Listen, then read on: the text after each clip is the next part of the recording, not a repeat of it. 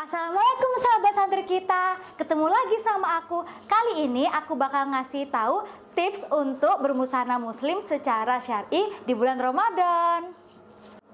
Yang pertama, pilihlah baju yang menutupi lekuk tubuh seperti ini. Jangan yang kayak gini ya, yang memperlihatkan lekuk tubuh kalian. Lalu, pilihlah warna kerudung yang kontras dengan baju kalian seperti ini. Selanjutnya, jangan lupa ya untuk selalu tutupi aurat kalian supaya tidak terlihat kita memakai kaos kaki. Tips yang terakhir untuk kalian nih, jangan lupa ya pilihlah alas kaki yang nyaman digunakan seperti ini. Jangan gunakan yang kayak gini ya, soalnya kayaknya nggak nyaman. Oke, ini dia hasil akhirnya. Segini aja dulu tips-tips dari aku. Jangan lupa dicoba ya. Dadah!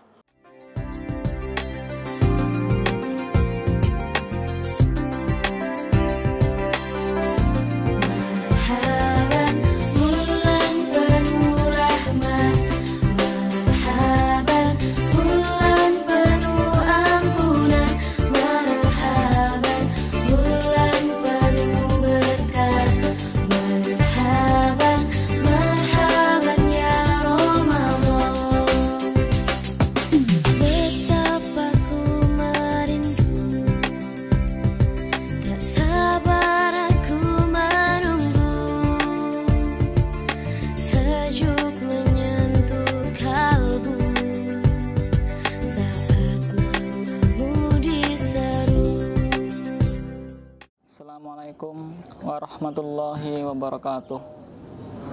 Alhamdulillah rabbil alamin. Wabi nasta'inu ala umuri dunya waddin. Wa sallallahu ala sayyidina Muhammadin wa ala alihi wa sahbihi ajmain, amma ba'du. A'udzu billahi minasyaitonir rajim. Bismillahirrahmanirrahim. Wa ma khalaqtul jinna wal insa illa liya'budun al-ayah. Shadaqallahul azim. Ya, artinya, tidaklah aku menciptakan manusia dan jin kecuali hanya untuk beribadah kepadaku. Sehingga sebagai seorang muslim, wajib bagi kita untuk mengetahui dan memahami hakikat tentang ibadah. Ibadah diambil dari kata al-abd yang artinya hamba.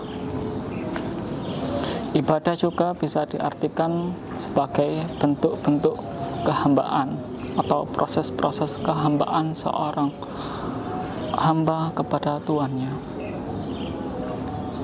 Ibnu Jauzi mengatakan dalam kitabnya yang terkenal Madarijus Salikin, ibadah seorang hamba, kehambaan seorang hamba kepada Tuhannya itu bisa sempurna dengan adanya dua hal, yaitu dengan adanya cinta dan dengan adanya tunduk.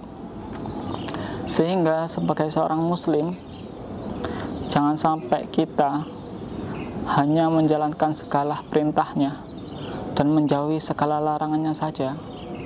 Akan tetapi sebagai seorang muslim, wajib bagi kita untuk menjalankan segala perintahnya dan menjauhi segala larang-larangannya dengan didasari rasa cinta. Jalaluddin Rumi mengatakan, tanpa cinta, ibadahnya beban.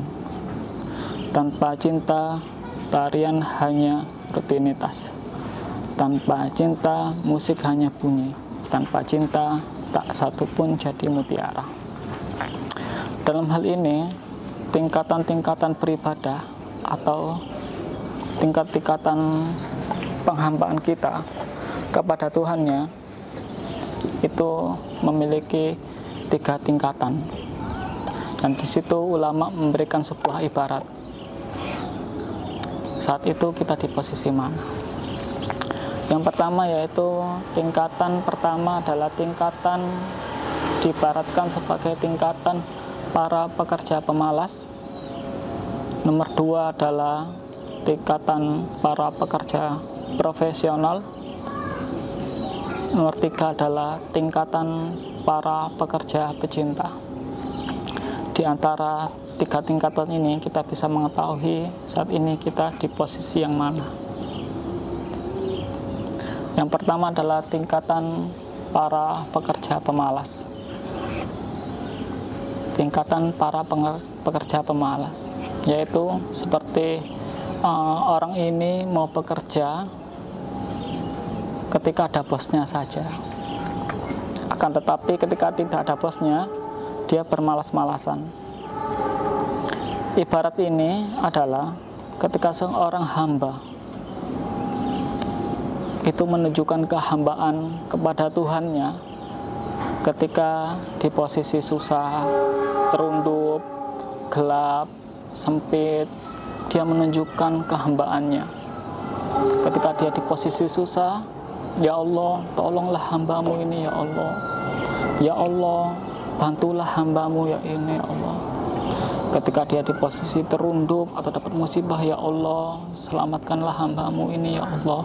Ya Allah, permudahkan semua urusan ini ya Allah.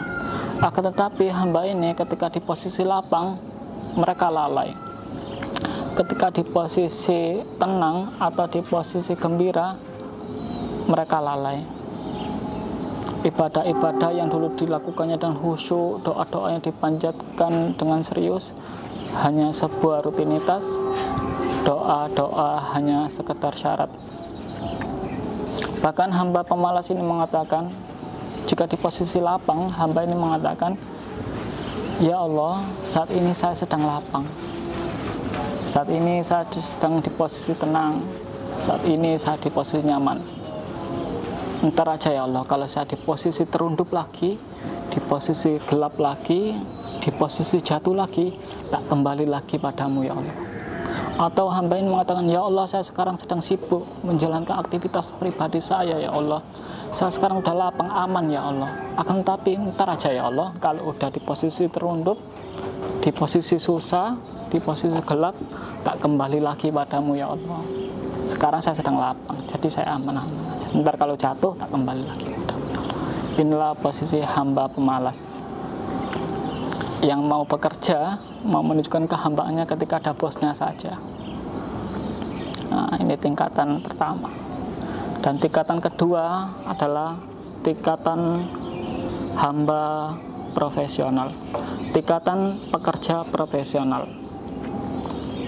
yaitu seorang mau bekerja, baik ada bosnya atau tidak, asalkan sesuai kontrak kerja. Asalkan sesuai kontrak kerja. Gambaran ini adalah ketika kita hamba menunjukkan kehambaannya, menunjukkan ibadahnya, menunjukkan ketundukannya, ketika orientasinya adalah balasan. Orientasinya adalah biar dapat rezeki yang melimpah, biar dipermudah segala urusannya di dunia, atau bahkan biar masuk surga, atau juga biar kita dijauhkan dari azab-azab, atau juga dijauhkan dari api neraka. Hal ini, tingkatan ini, profesional ini sudah umum di masyarakat dan sudah cukup bagus sebenarnya. Akan tetapi jangan sampai hubungan kehambaan kita kepada Tuhan, artinya kepada Allah, itu dijadikan sebuah transaksi saja. Banyak manusia kepada Tuhannya itu meminta balasan atas ibadahnya. Ya Allah, saya sudah melakukan ini, mana balasannya ya Allah?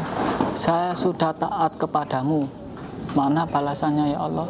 Saya sekarang sudah menjalankan segala perintahmu, sekarang mana balasannya ya? Saya sudah khidmah kepadamu, saya sudah menunjukkan pengabdianku padamu ya Allah, akan tapi mana balasanmu ya Allah? Munculkanlah ya Allah. Katanya sesuai janji, katanya sesuai kontrak. Ketika saya menjalankan A, kebaikan A, maka seharusnya saya akan jadi seperti ini ya Allah. Ketika saya melakukan kebaikan, seharusnya saya ini juga mendapatkan kebaikan pula ya Allah. Seharusnya ketika saya membaca ini akan saya dapat kaya ya Allah. Akan tapi mana balasanmu ya Allah? Katanya sesuai kontrak kerja. Ini adalah hamba profesional. Yang dilihat itu bukan tentang tuannya, akan tetapi kontrak kerjanya. Ini cukup umum di masyarakat. Dan tingkat ketiga adalah model pekerja pecinta. Model pekerja pecinta, yang mana seorang pekerja ini mau melakukan pekerjaan dengan senang hati, dengan semangat, dan dengan riang gembira, dengan bahagia, tanpa melihat kontraknya sama sekali. Yang dilihat adalah cintanya kepada Tuhannya, yaitu Allah Subhanahu wa Ta'ala. Karena dia sadar, karena hamba ini sadar, karena hatinya hamba ini sadar bahwasanya apapun yang dikasihkan dari Tuhannya itu adalah yang terbaik baginya. Tidak peduli di posisi susah atau senang, diberi posisi terunduk atau di posisi baik, hamba ini akan selalu mencintai bosnya. Kadang kita mengatakan kepada diri sendiri, ketika kita mencintai Tuhan, artinya mencintai Allah, apakah Allah juga mencintai kita? Ini adalah pertanyaan yang kurang pantas bagi seorang muslim. Diibaratkan dalam salah satu hadis, itu Allah memiliki kasih sayang 100. Satu diantaranya itu dibagi pada seluruh makhluk di dunia ini, dari zaman Nabi Adam hingga zaman yang akan datang. Kasih sayang orang tua dengan anaknya, kasih sayang pasangan dengan pasangannya, bahkan kasih sayang induk dengan anaknya. Dan akhirnya seluruh kasih sayang itu hanya satu. Sisanya berapa? 99 itu disimpan Allah sendiri untuk mencintai kita, hambanya. Allah juga setiap hari datang ke langit di waktu sepertiga malam, menyapa kita dan mengatakan, ya ibadi, hal min dihaja, wahai hamba-hambaku, ada yang punya kebutuhan, hal min taib, ada yang bertobat wahai hambaku, hal min mustaghfir, ada yang minta ampun.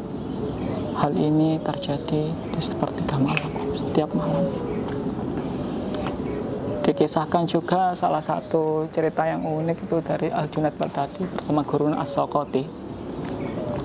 Beliau adalah aulia dan sufi. As-Saqati mengatakan pada Al-Junaid Al-Baghdadi bahwasanya diceritakan ketika itu aku seakan-akan telah melihat Allah, dan Allah mengatakan kepadaku, wahai Saqati, aku telah menciptakan makhluk-makhlukku. Mereka semua saat ini merasa mencintai aku semuanya. Begitu aku menciptakan dunia dan segala seisinya, mereka lari semua dariku. Tinggal tersisa 10%. Dan tinggal 10% ini, begitu aku menciptakan surga, aku ciptakan surga. Dan orang-orang 10% ini lari semua kepada surga, hingga hanya tersisa 1%. Dan 1% ini pun aku menghadapnya, dan aku bertemu dan bertanya kepada mereka, hamba-hambaku yang tinggal 1% ini, wahai hambaku, apa yang kalian inginkan? Dunia engkau tinggalkan, surga juga tidak engkau kehendaki, neraka juga tidak engkau takutkan. Lalu hamba-hamba ini menjawab, engkau sesungguhnya lebih tahu ya Rob. Allah pun tersenyum dan mengatakan sekali lagi kepada hamba ini, pada hamba-hamba ini, apakah kalian siap? Setiap hari aku akan kasihkan kalian cobaan, ujian, dan beban sebanyak nafas kalian. Bahkan beban-beban ini ketika aku taruhkan gunung-gunung itu bisa hancur. Hamba-hamba ini menjawab, kalau itu ya Rob emang darimu, maka monggo ya Rob, terserah engkau ya Rob. Allah pun tersenyum kepada mereka dan mengatakan, inilah hamba-hambaku yang aku ridhoi, aku kehendaki baik.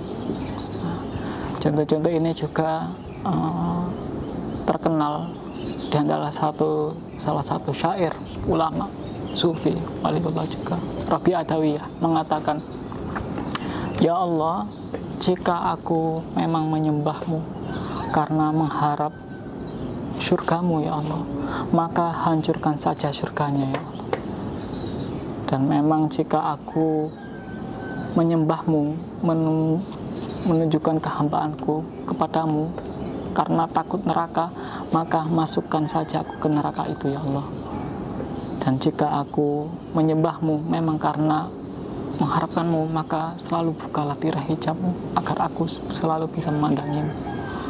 Dan satu syairnya juga mengatakan, Allahumma ja'al jannah li ahibbaika wan nar li a'daika ma nafas bi anta. Ya Rabb, ya Allah, jadikanlah surga bagi kekasih-kekasihmu dan jadikan neraka bagi musuh-musuhmu, sedangkan adapun aku hanya cukup padamu ya Allah. Demikian, inilah tingkatan hamba pecinta. Akhiran, sekian. Assalamualaikum warahmatullahi wabarakatuh.